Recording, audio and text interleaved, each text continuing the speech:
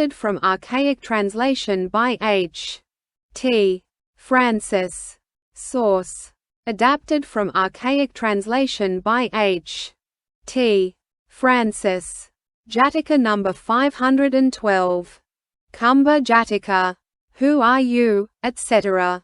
This story the master, while living at Jetavana monastery, told concerning 500 women, friends of Vissaka, who were drinkers of strong drink. Now the story goes that a drinking festival was proclaimed at Shravasti city. And these 500 women, after providing fiery drink for their masters, at the end of the festival thought, "We too will keep the feast," and they all went to Vissaka and said, "Friend, we will keep the feast." She replied, "This is a drinking festival. I will drink no strong drink." They said, "Do you then give an offering to the Supreme Buddha?" "We will keep the feast." She readily agreed and sent him away.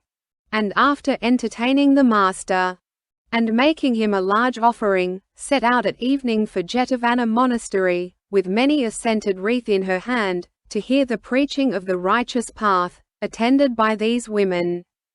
Now they were eager for drink, when they started with her, and, when they stood in the gabled chamber, they took strong drink, and then accompanied Vissaka into the presence of the master.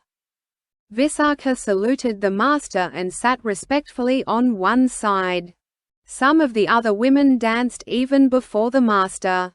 Some sang. Others made improper movements with their hands and feet. Others quarreled. The master, in order to give them a shock, emitted a ray of light from his eyebrow. And this was followed by blinding darkness. These women were terrified and frightened with the fear of death. And so the effect of the strong drink wore off the master. Disappearing from the throne on which he was seated, took his stand on the top of Mount Sineru, and emitted a ray of light from the hairs between his eyebrows, like as if it had been the rising of 1,000 moons. The master, just as he stood there, to produce a sensation amongst these women, spoke this stanza. No place for laughter here, no room for joy. The flames of passion suffering worlds destroy. Why overwhelmed in darkest night, I request? Seek you no torch to light you on your way. At the end of the stanza all the 500 women were established in the fruition of the first path. The master came and sat down on the Buddha seat, in the shade of the perfumed chamber. Then Vissaka saluted him and asked, "Holy sir, from where has arisen this drinking of strong drink, that does violence to a man's honor and to a tender conscience?" And telling her he told a story of the past. Once upon a time when Brahmadatta was ruling in Benares, a forester, named Sura, who lived in the kingdom of Kasi, went to the Himalayas, to seek for articles of merchandise.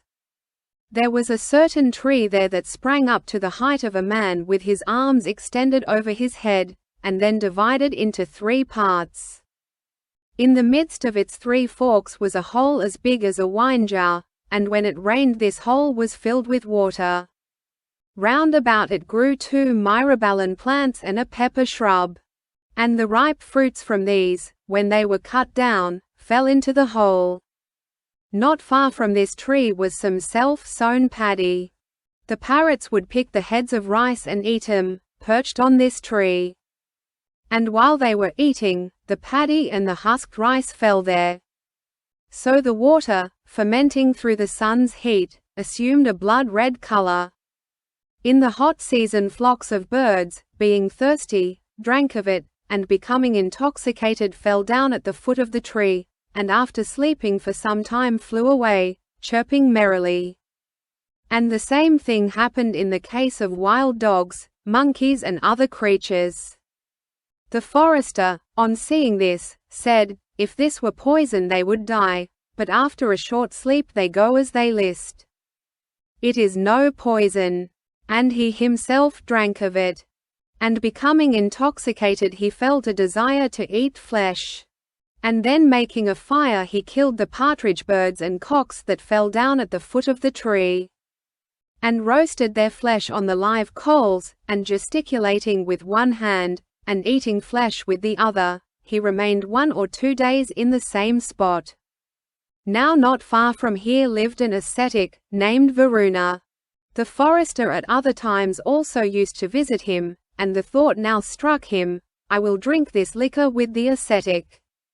So he filled a reed pipe with it, and taking it together with some roast meat he came to the hut of leaves and said, Holy sir, taste this liquor, and they both drank it and ate the meat. So from the fact of this drink having been discovered by Sura and Varuna, it was called by their names. They both thought, this is the way to manage it, and they filled their reed pipes, and taking it on a carrying pole they came to a neighboring village, and sent a message to the king that some wine merchants had come. The king sent for them and they offered him the drink. The king drank it 2 or 3 times and got intoxicated. This lasted him only 1 or 2 days. Then he asked them if there was any more. Yes, sir, they said. Where? In the Himalayas, sir. Then bring it here. They went and fetched it 2 or 3 times. Then thinking, we can't always be going there, they took note of all the constituent parts, and, beginning with the bark of the tree, they threw in all the other ingredients, and made the drink in the city. The men of the city drank it and became idle wretches. And the place became like a deserted city. Then these wine merchants fled from it and came to Benares, and sent a message to the king, to announce their arrival. The king sent for them and paid them money, and they made wine there too. And that city also perished in the same way. From there they fled to Saketa, and from Saketa they came to Shravasti city. At that time there was a king named Sabamita in Shravasti city. He explained favor to these men and asked them what they wanted. When they said, we want the chief ingredients and ground rice and 500 jars, he gave them everything they asked for. So they stored the liquor in the 500 jars, and, to guard them, they bound cats, 1 to each jar. And, when the liquor fermented and began to escape, the cats drank the strong drink that flowed from the inside of the jars, and getting intoxicated they lay down to sleep. And rats came and bit off the cats' ears, noses, teeth and tails. The king's officers came and told the king, the cats have died from drinking the liquor. The king said, surely these men must be makers of poison, and he ordered them both to be beheaded and they died, crying out, give us strong drink, give us mead. The king, after putting the men to death, gave orders that the jars should be broken. But the cats, when the effect of the liquor wore off, got up and walked about and played. When they saw this, they told the king. The king said, if it were poison, they would have died. It must be mead. We will drink it. So he had the city decorated, and set up a pavilion in the palace yard, and taking his seat in this splendid pavilion on a royal throne with a white umbrella raised over it, and surrounded by his courtiers, he began to drink. Then Sakka, the king of heaven, said, who are there that in the duty of service to mother and the like diligently fulfill the 3 kinds of right conduct? And, looking upon the world, he saw the king seated to drink strong drink, and he thought, if he shall drink strong drink, all India will perish. I will see that he shall not drink it. So, placing a jar full of the liquor in the palm of his hand, he went, disguised as a Brahmin, and stood in the air, in the presence of the king, and cried, buy this jar, buy this jar. King Sabamita, on seeing him standing in the air and speaking after this manner, said, from where can this Brahmin come? And conversing with him he repeated 3 stanzas. Who are you, being from on high?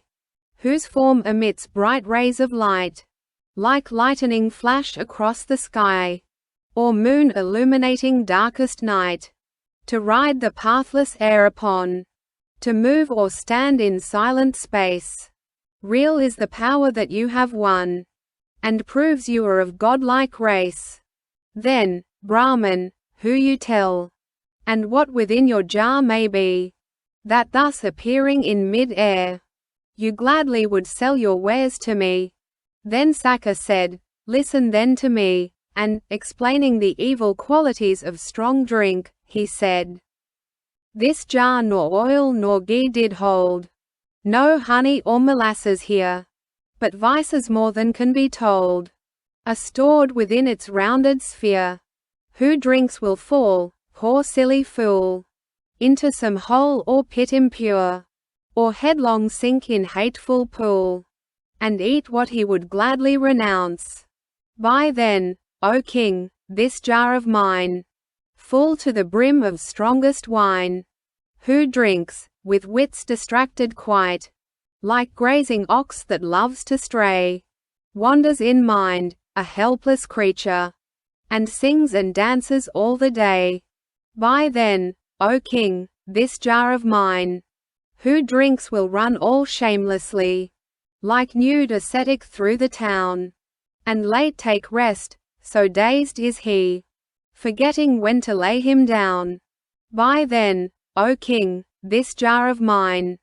Who drinks, like one moved with alarm, staggers, as though he could not stand, and trembling shakes his head and arm, like wooden puppet worked by hand.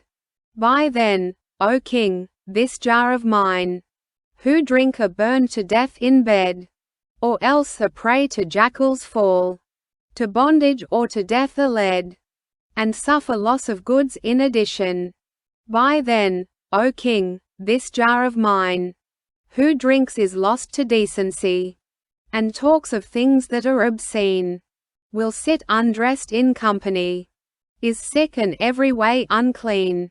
Buy then, O king, this jar of mine. Uplifted is the man that drinks. His vision is by no means clear. The world is all my own, he thinks. I own no earthly lord as equal. Buy then, O king, this jar of mine.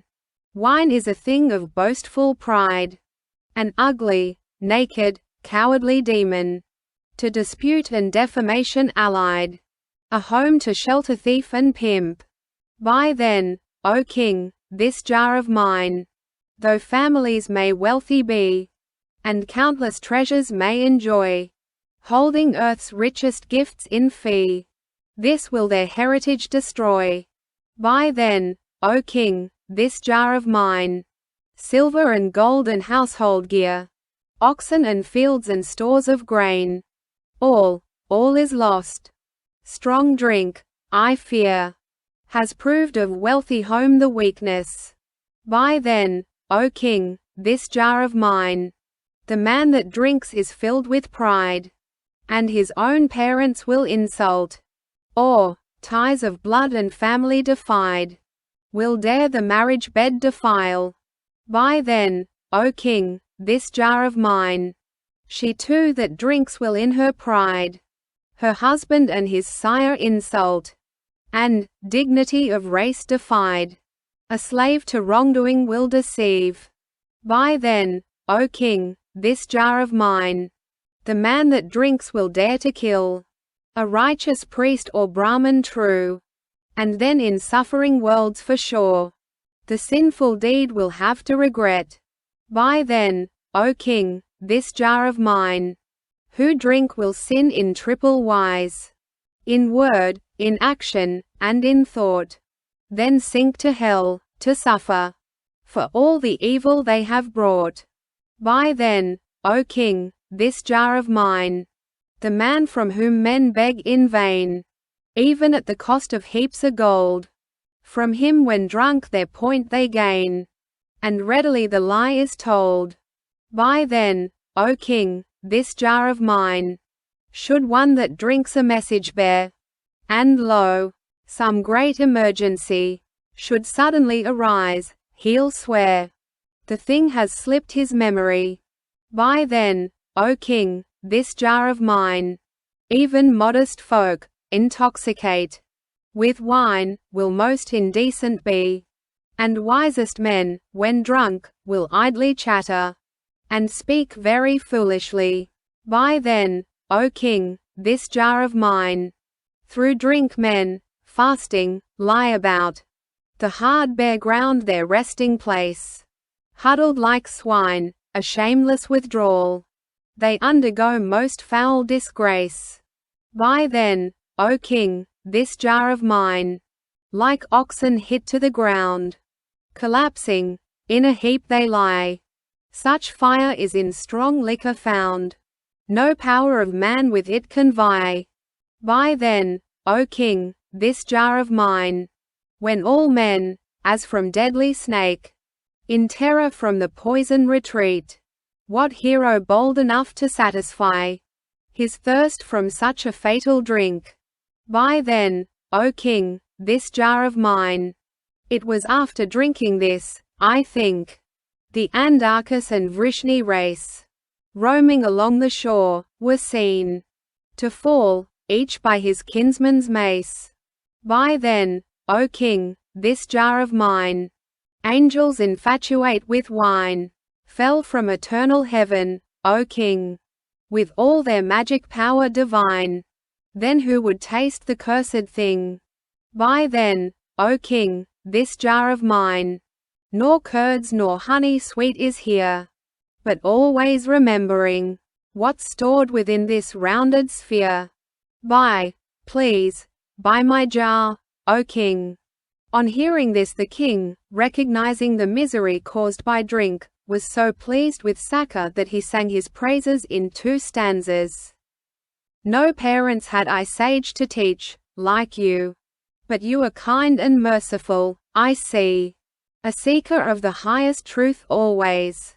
Therefore I will obey your words today. Lo, 5 choice villages I own are yours. Twice 50 maidservants, 700 cows. And these 10 cars with horses of purest blood. For you have advised me to mine own good. Sakka on hearing this revealed his godhead and made himself known, and standing in the air he repeated 2 stanzas. These 100 slaves, O king, may still be yours. And the villages and herds of cows. No chariots yoked to high-bred horses I claim. Sakka, chief god of 33, my name. Enjoy your ghee, rice, milk, and succulent meat. Still be content your honey cakes to eat. Thus, king, delighting in the truths I've preached, pursue your blameless path, till heaven is reached. Thus did Sakka address him and then returned to his dwelling in heaven. And the king, abstaining from strong drink, ordered the drinking vessels to be broken. And undertaking to keep the rules and dispensing alms, he became destined to heaven. But the drinking of strong drink gradually developed in India. The master here ended his lesson and identified the birth. At that time Ananda was the king, and I myself was Sakka.